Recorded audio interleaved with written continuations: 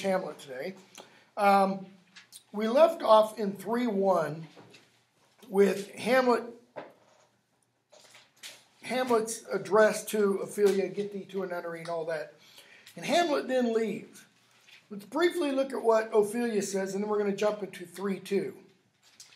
But what a noble mind is here overthrown, the courtiers, soldiers, scholars, eye-tongue, sword, the expectancy and rose of the fair state. What does she mean? The courtiers, soldiers, scholars, eye-tongue, sword. She's getting at the idea that Hamlet is the epitome of the courtier, the soldier, the scholar. And when she says eye-tongue, sword, the expectancy and rose of the fair state, the glass of fashion, the mold of form, she's saying Hamlet is the model for all of these things. All right? And look what happens. The observed of all observers, quite down. The observed of all observers. She is telling us what it is like living at Elsinore. Okay? Or you can go, I think you can broaden that a little bit, in Denmark. Everybody seemingly does what? Watches everybody else. I mean, it's a living panopticon. Everybody's watching. But she says, of everybody watching, Hamlet is the most watched. Okay? And I of ladies most deject and wretched. Deject. Why? We would say reject. Because Hamlet, in the previous speech, she takes all that to mean he has completely, totally, undeniably rejected her. That's why she is now wretched. That sucked the honey of his music vows. Now see that noble and most sovereign reason, like sweet bells, jangled out of tune and harsh. That unmatched form and feature of blown youth, blasted with ecstasy. Ecstasy, the literal meaning, out of his mind. I mean, in the Greek, it's this idea of the soul leaving the body, not in death. But she's using it to mean he's literally lost his mind. Woe is me. Why? To have seen what I have seen, and I think that is past tense. Well, what has she seen in the past? Hamlet in his right mind doing what? Swearing his love towards her. To see what I see. She's seen Hamlet in his prime. Now she sees Hamlet that is not, as Hamlet will say later, Hamlet. Okay? You could say, I think the argument could be made, this is the beginning of Ophelia's madness. When Hamlet seemingly totally rejects her, she starts to lose her mind. The king comes in. Okay? So notice, Hamlet leaves. Ophelia's alone on the stage, so that's a soliloquy. That's Ophelia telling us what's really in her mind. The king comes in and says, love? No, that's not love.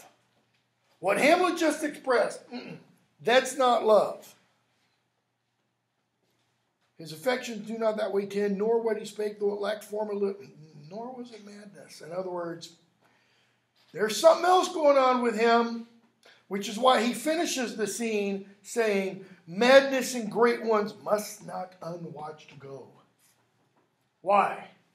Well, if they're great ones, what could be the results or consequences of their madness? They could be huge. Okay? So, 5-2, Hamlet comes in with some of the players. He tells the players how to speak the speech as I pronounced it to you. Now, we don't know how Hamlet pronounced it to them because they come in talking. He enters the stage saying, speak the speech, I pray you, as I pronounced it to you. Off stage. Okay? So, he goes on. and tells his audience, tells first of all the players, but then also the larger audience, and then us, what the purpose of all acting is.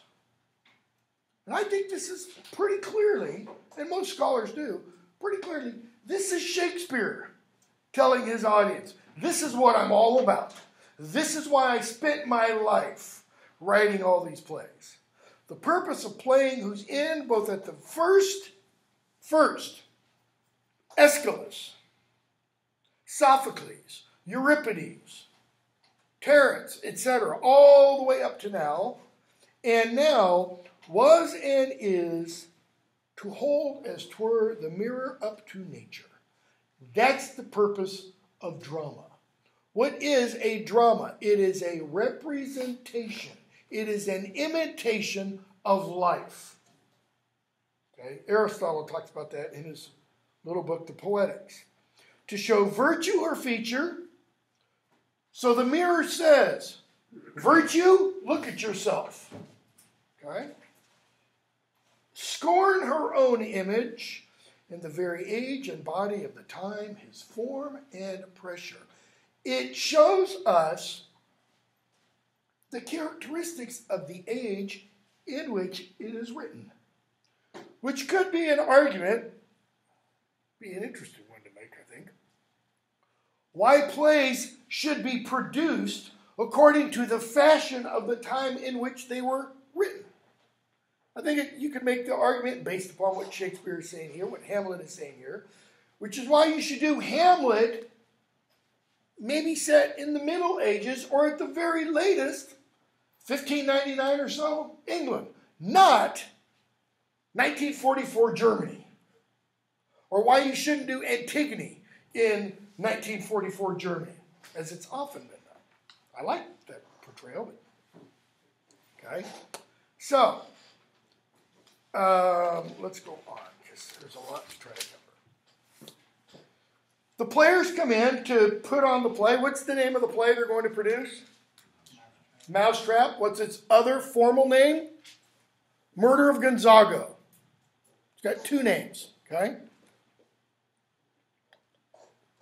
The king and queen come in, and the queen goes, Hamlet, come sit by me. And Hamlet says, no, good mother, here's metal more attractive. Metal, and he's like a magnet, drawn to it. And it's Ophelia. What does he do? Okay, bear in mind, this comes pretty hard on the heels after his previous encounter, let's say, with Ophelia. And what's he doing? I mean, when he says, lady, shall I lie in your lap? And he lies down at Ophelia's feet, puts his head in her lap. No, my lord, I mean my head upon your lap. Aye, my lord, that is, I know what you meant. Wink, wink. Do you think I meant country matters? Bear in mind, in the Renaissance, country is often spelled like that. I've seen it.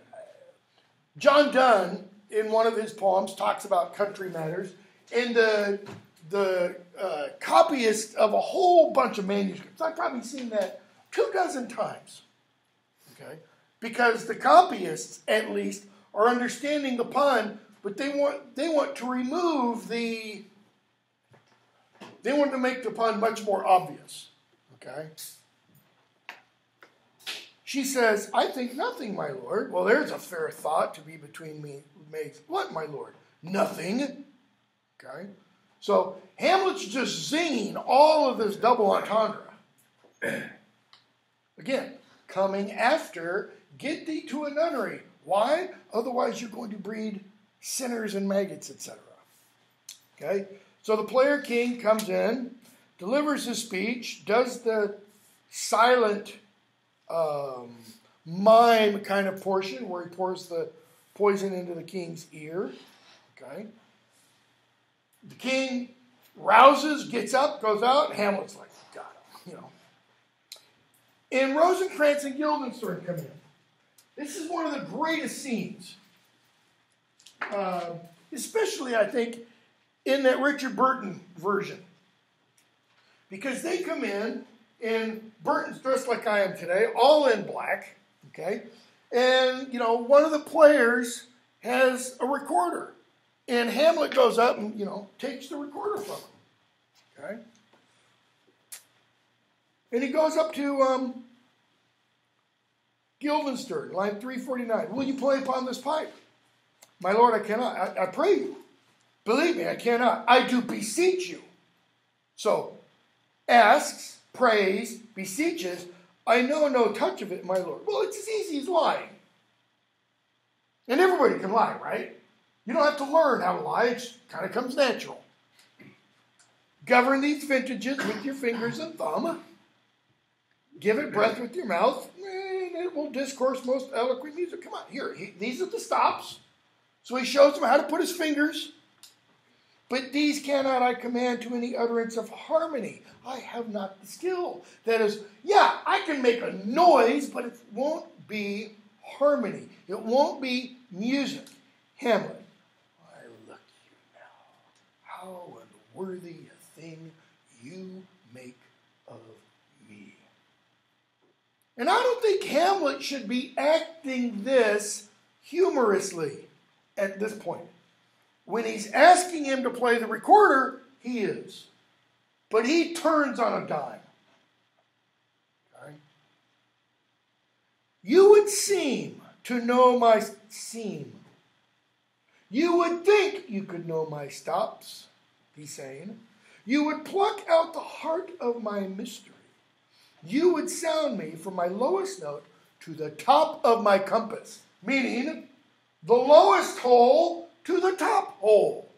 You would reach into me and try to what? Know everything that's going on inside. And there is much music, excellent voice in this little organ. Yet cannot you make it speak? It's blood. Do you think I am easier to be played on than a pipe? Call me what instrument you will. Though you can fret me, you cannot play upon me. And I would, if I were directing this, I'd have Hamlet hit him. Hit him with the recorder. You can't play this stupid little pipe. And you think you're going to figure out all my secrets? What, obviously, is Hamlet saying? I know exactly why you're here. You're here to try to find out what's going on inside, why, so you can tell the king. Go back to Polonius's advice to Laertes. That can all be taken, I think, it can be summed up in a couple of little pithy statements. One of them is, mind your own damn business. They're not minding their own damn business. And what happens to Rosencrantz and Guildenstern as a result? I was going to put this on the quiz. Decided not to. It'll be on the next one. Because I think I'll do a quiz on Thursday for the last two acts. They are what? What famous phrase do we get from Hamlet? Yeah, that's more Tom Stoppard. I don't think he actually uses those exact words. They are hoist with their own petard. Okay? That is, they are like engineers, and they're trying to do what? They're trying to lift something, and what gets lifted instead? Themselves. They are blown up by their own bomb. Okay? As often happens with, illegal bomb makers and such.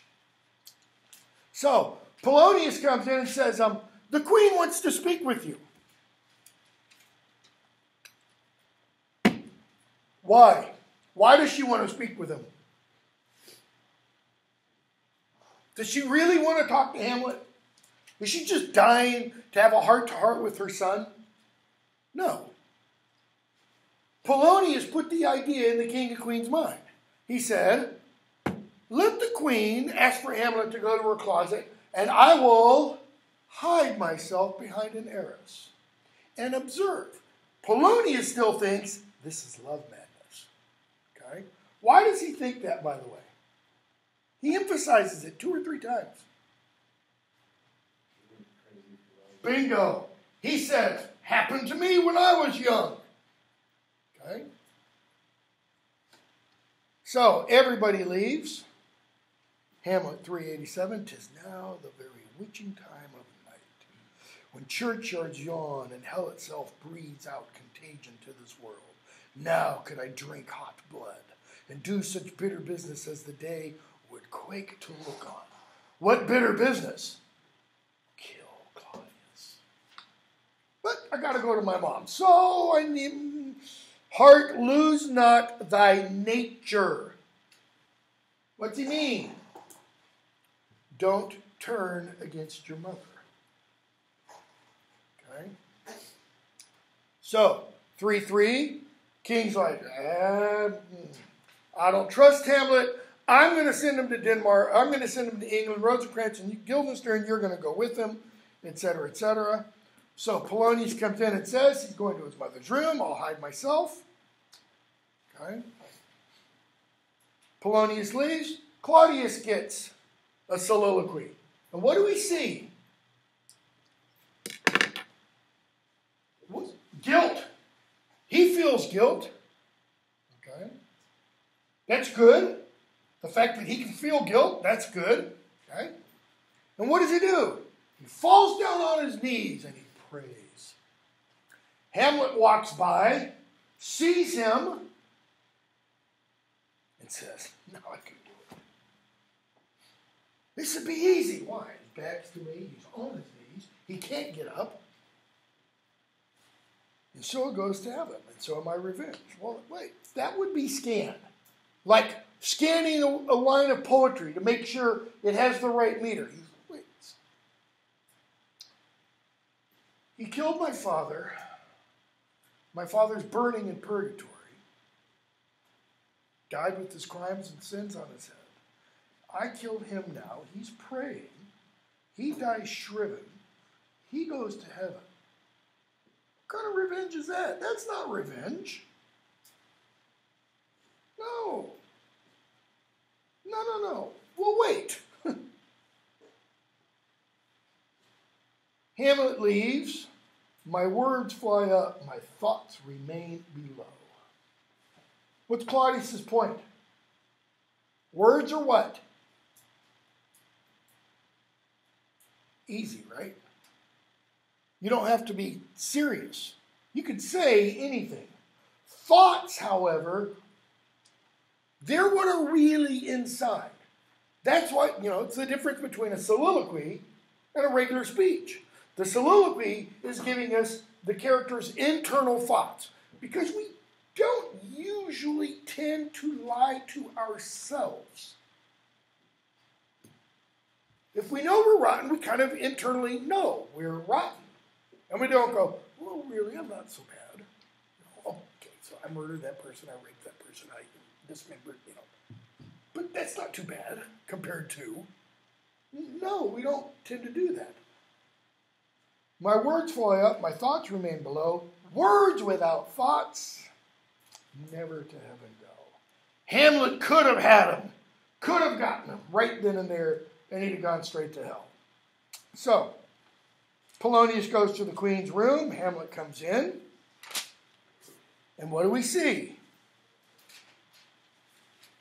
The queen calls out. We hear, "Whoa, help!" behind the arras.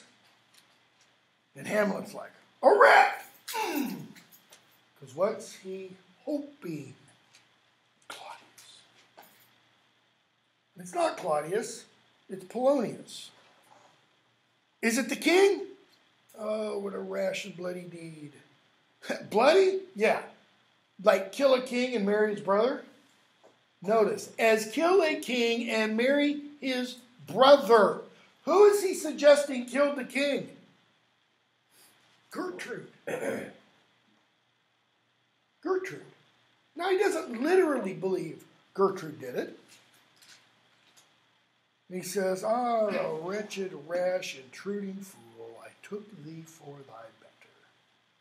Take thy fortune. So, he and the queen talk. And what does he do? He goes up to her, and he kind of holds her down and forces her to look at two portraits. Claudius, Hamlet Sr. and says, this one is like a Hyperion. This one is like a satyr. Hamlet, speak no more, she says. Thou turnest mine eyes into my very soul, and there I see such black